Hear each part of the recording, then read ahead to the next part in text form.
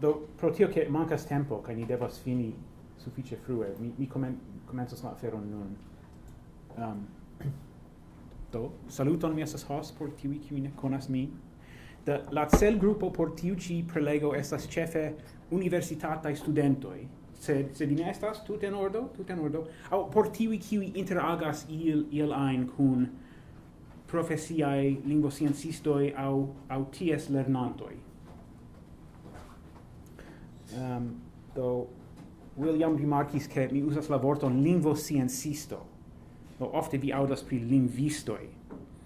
Ĉu iu havas ideon kial mi uzas lingvosciencisto anstataŭ lingvisto? In Angla linguistics? Ja, ĝuste, in Angla linguists, mi pri ili. Sed la historio de lingvistiko estas longa, kaj tiuj kiuj do en antaŭ 100 jaroj lingvisto estis iu kiu ni nun nomos ekzemple filologo, a philologist. Non preskaŭ tute ne uzata en la angla plu. Kaj estas diversaj specoj de lingvistoj, do homoj kiuj studas lingvon de la vidpunkto de la sociologio aŭ antropologo aŭ interlingvistiko. Do mi celas ĉefe tiajn homojn kiujn mi trovis en miaj spertoj ĉe usonaj universitatoj. Do ili studas mi tuŝas tion. Do ili estas lingvistoj, sed mi ne traktas ĉiajn lingvistojn. Do laŭ miaj spertoj tiaj homoj ofte havas negativajn opiniojn pri Esperanto, kaj informado al ili ofte vanas aŭ eĉ kontraŭefikas. Do estas tikla afero. Mi parolu iomete pri aferoj tiaj. Do la Praga manifesto, kiun Tonio traktis en sia kurso. Por tiuj kiuj ne scias, ĝi estas tute mirinda dokumento kun noblaj celoj por la Esperanto-movado kaj kiu difinas kio estas la ideo de Esperanto kaj tiel plu. Sed tiaj aferoj pri lingva justeco kaj egaleco vere ne koncernas lingvosciencistoj, aŭ almenaŭ tiajn lingvosciencistoj kiujn mi traktas. Do tute ne utilas ekzemple kiel mi iam faris kiel bakalaŭra studento diri, sed Esperanto estas egala lingvo kaj justa lingvo kaj ĝi ebligas al la popolojn interparoli. Lingvosciencistoj diras, ne, mi ne koncernas min pri tiaj aferoj. Mi ne koncernas sin pri tio kiel lingvosciencisto. Kiel lingvosciencisto, yes. Ili povas koncerni sin pri tio persone. Povas. Do mi parolas, do private vi povus interesi ilin, aŭ interesigi ilin diversmaniere pri aliaj aferoj, sed pri la propra fako mi parolas nur. Do sekva. Do kial ili ne interesiĝas? Do iom pri mi, mi studis lingvosciencon ĉe la Universitato de Rochester, kiu estas en la okcidenta parto de Novjorkio, eble vi konas la regionon, kiel vi vidas en la reklama bildo, ĝi estas tre bunta, varma, bela loko, sed en la realo ĝi estas tie. Almenaŭ dum la studjaro, ĝi estas neĝkovrita kaj griza. Ĉiuokaze ĝi havas sufiĉe fortan fakon pri lingvoscienco, kaj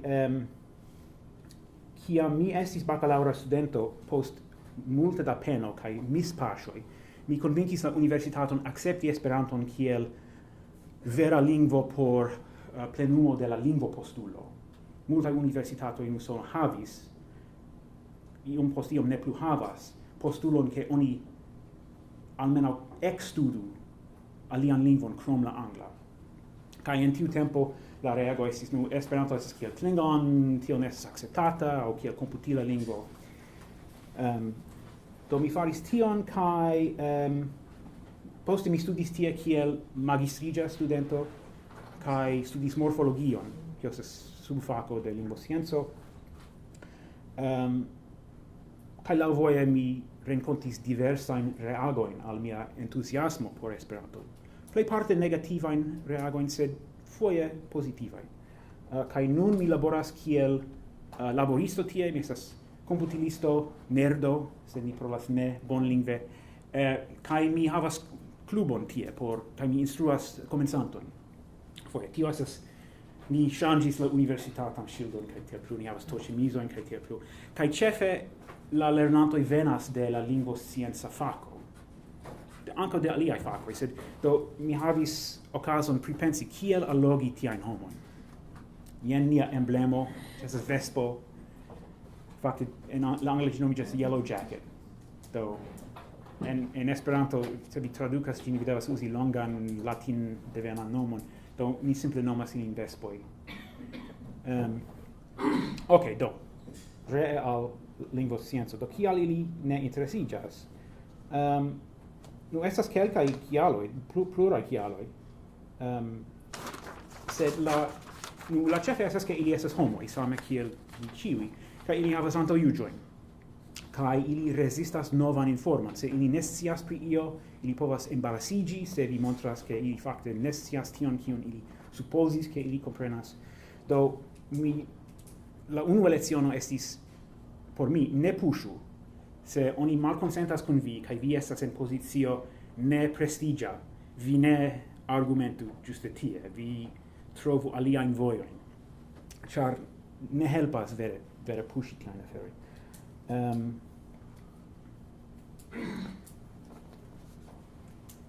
Do kion ili vere studas? Mara parolis iomete pri tio antaŭe kun mi, ŝi estas.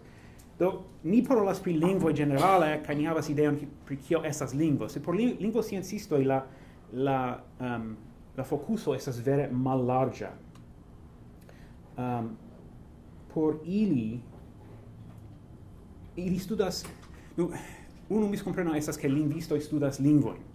Do ofta ŝerco inter lingvosciencistoj estas ke ekzemple ĉe iu renkontiĝo oni diras: "Ho, vi estas lingvisto, do kiom da lingvoj vi konas?" Ili tute ne ŝatas tion, ĉar ili eble tute ne parolas aliajn lingvojn krom la denaska. Ili studas lingvojn kiel ilojn por kompreni la funkcion de la homa cerbo.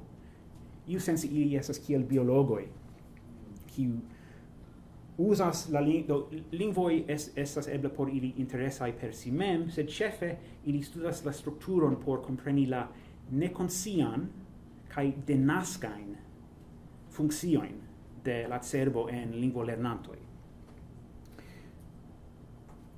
Do, ekzemple pri lingvoakirado.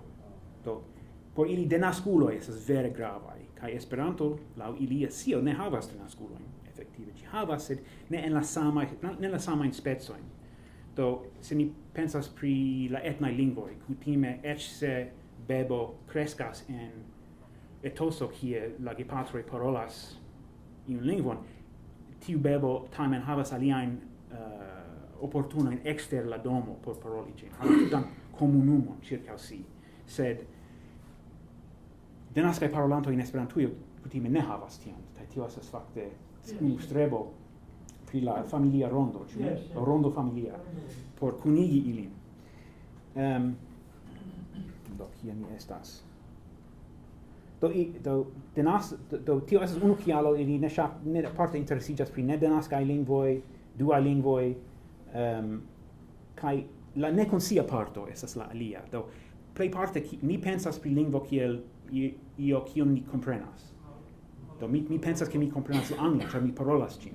Sed kiam mi rigardas zorge, mi konstatas ke mi uzas multajn regulojn kiujn mi tute ne komprenas konscie. Kaj ĝuste tion ili celas. Do io konscie planita ne estas aparte interesa por ili.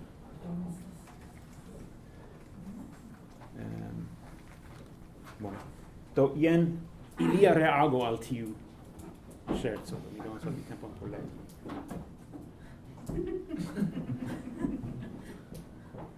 Do demandi al lingvisto kiom da lingvoj vi parolas estas kvazaŭ demandi al marbiologo kiom da defendo. Do mi ŝtelis tion kaj tradukis ĝin.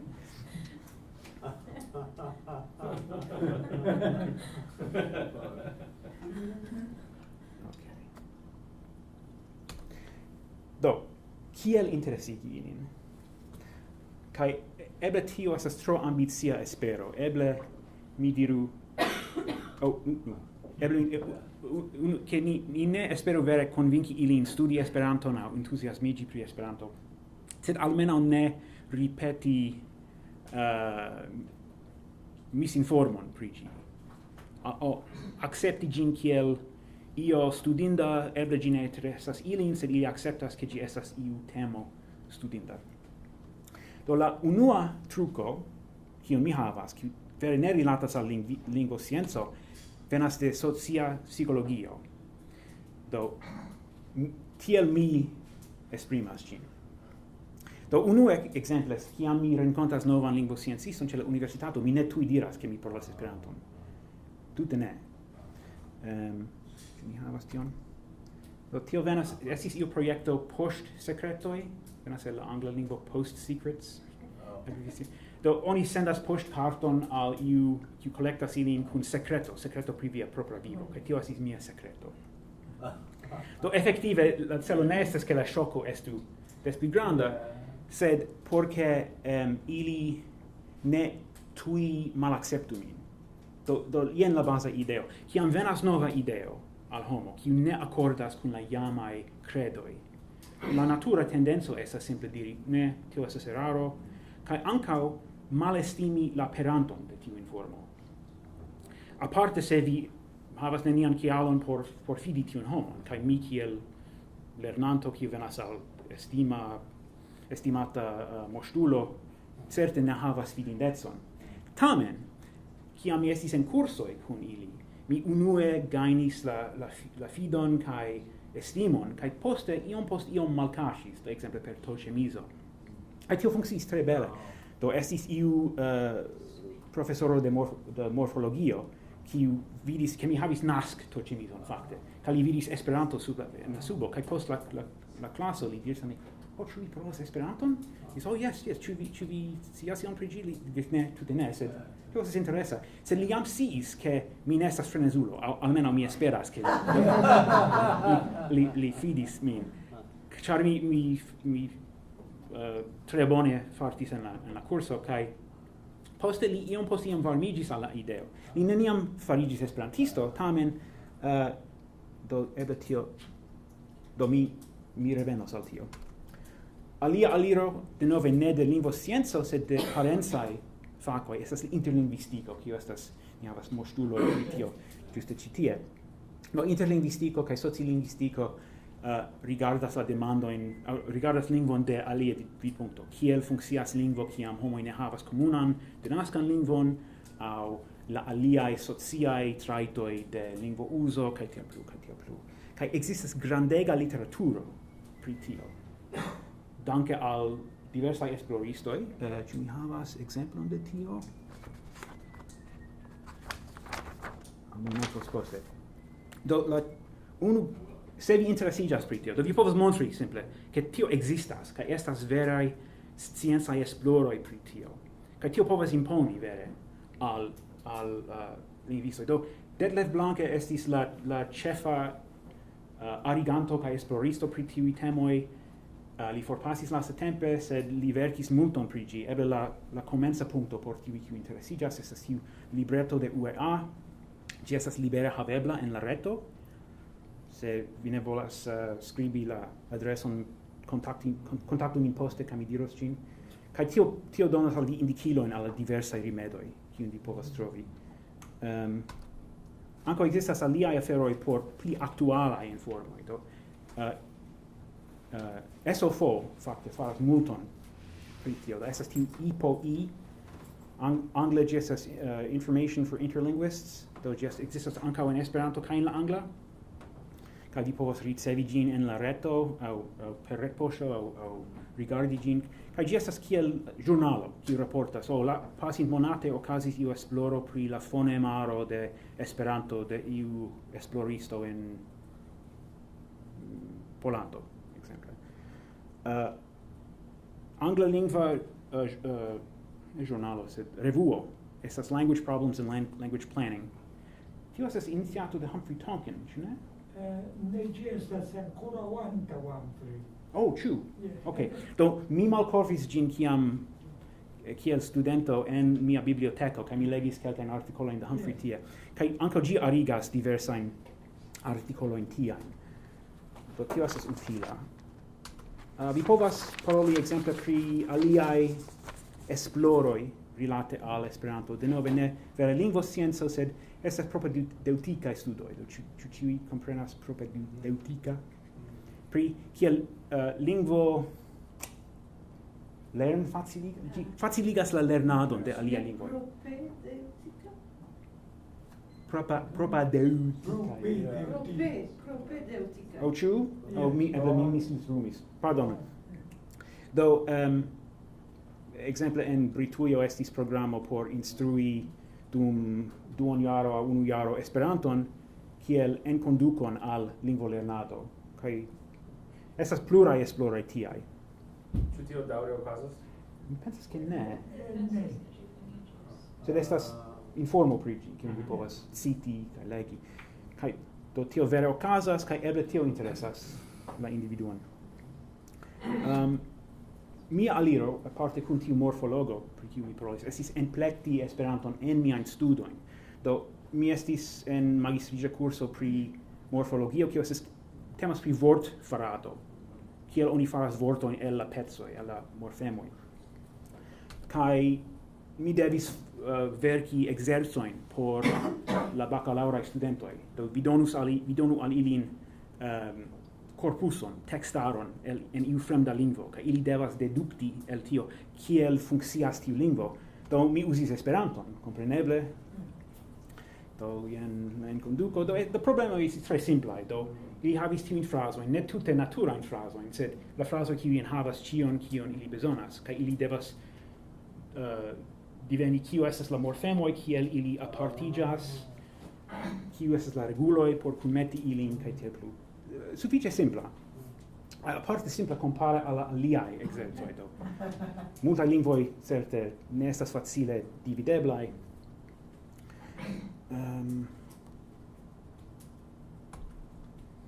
Do pri la lingvoscienco mem estas kelkaj eroj de Esperanto, multaj eroj de Esperanto, kiun vi povas reliefigi, do vi povas emfazi tion por montri ke fakte estas iu interseksio inter la du aferoj. Do unu estas lingvo akirado, kaj vidu kiu verkis. Do estas kelkaj kiuj studas tion, vi kaj ankaŭ Schubert, kaj kelkaj aliaj. Do tiu temas pri la reguligo. Ĉi tiu reguligo fare de la beboj. La beboj. Do ili lernas Esperanton kiel denaskan lingvon, kune kun la alia denaska lingvo. Kaj oni observas kion ili faras, kaj foje ili deduktas regulojn eĉ pli simplajn kaj regulojn ol tiuj de Esperanto mem.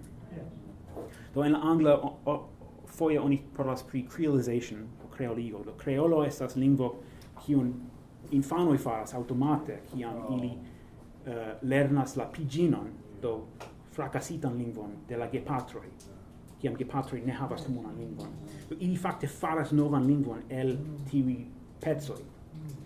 Kaj iusence tion faras denaskaj parolantoj de Esperanto. Ili jam havas plenan lingvon, tamen la samaj procezoj okazas. Kaj ni povas paroli pri ekzemple en la komenco de lingvostudo estis Ferdinand de Saussure, eble vi konas René de Saussure, la frato, kiu estis esperantisto. Do li prognozis en la fruaj tagoj ke Esperanto evoluos. No, lia celo eble ne estis laŭda, sed estas fakto ke ĝi ja evoluis multflanke. Mi ne povas tuŝi ĉiujn, do en miaj prezentoj al la studentoj mi parolas ekzemple pri la strukturo de la lingvo. Ĝi ne vere estas emerĝa, tamen en la unua libro vere mankis tuta lingvo. Ĝi estis nur skizo. La 16 reguloj tute ne sufiĉas por lingvo. Ili estas bona helpilo, sed por lingvosciencisto tio estas tute ridinda. Kaj por aserti kiel multaj faras, ke vi povas lerni nur 16 regulojn kaj vi konas Esperanton, tio tute ne funkcias. Kaj vi povas montri al ili efektive, kiam oni provas priskribi la gramatikon kiel ĝi estas, ni ricevas grandajn libregojn kiel Pomego, kiu fakte ne estas tute ampleksa, ili priskribas nur parton de la lingvo. Kaj tio venis ĉefe de Zamenhof kaj liaj ekzemploj, sed ankaŭ de la parolantoj. Do tio estas natura proceso kiu okazas en ĉiuj vivantaj lingvoj. certe estis granda cresco de la vortaroi. Piv estas monstro iu sense compara al nuo libro. Sed tio reflectas la facto che verai homoi usas la lingvon por verai celoi. Kai ili volas importi diversain vortoin, kai tiui vortoi foje disfalas, foje alcrocigas, depende de la bezonoi.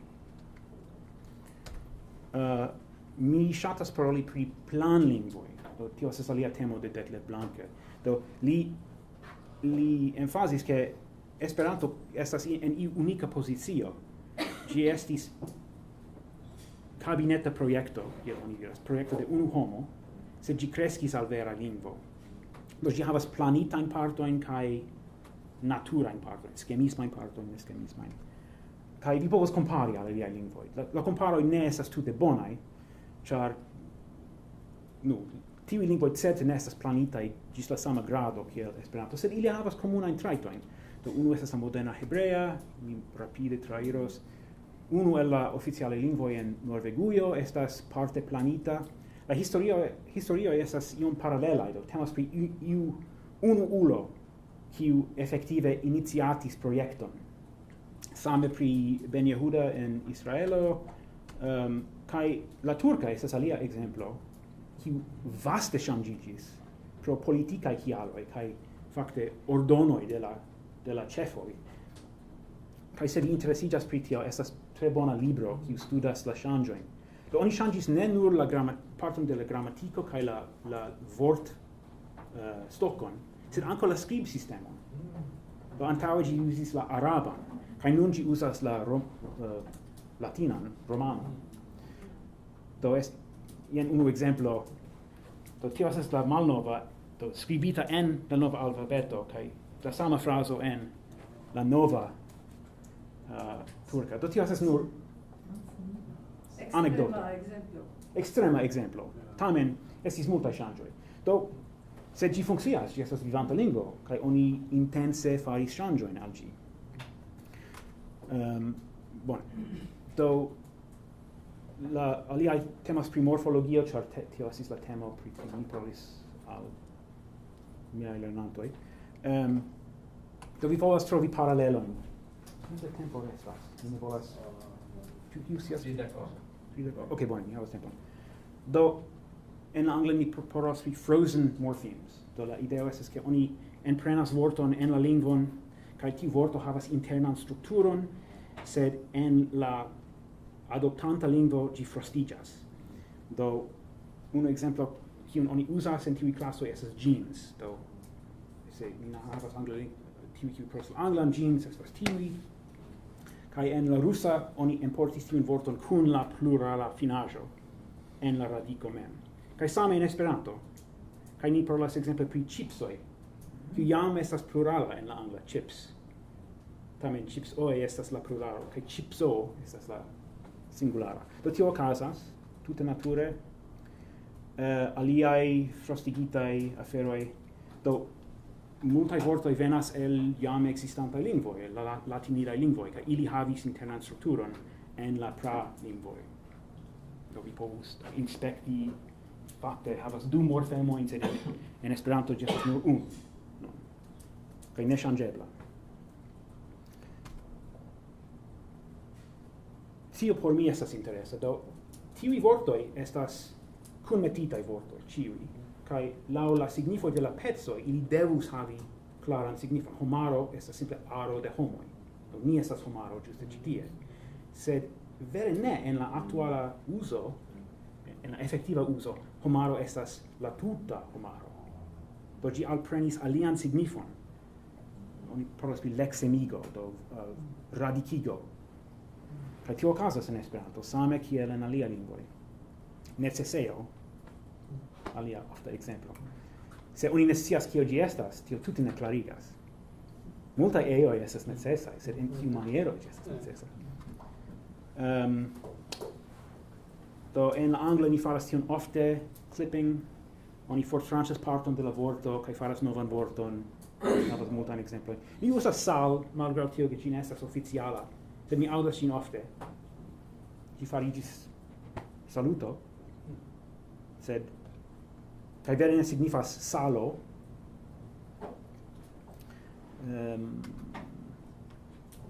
Kaj tiuj mojosa estas interese.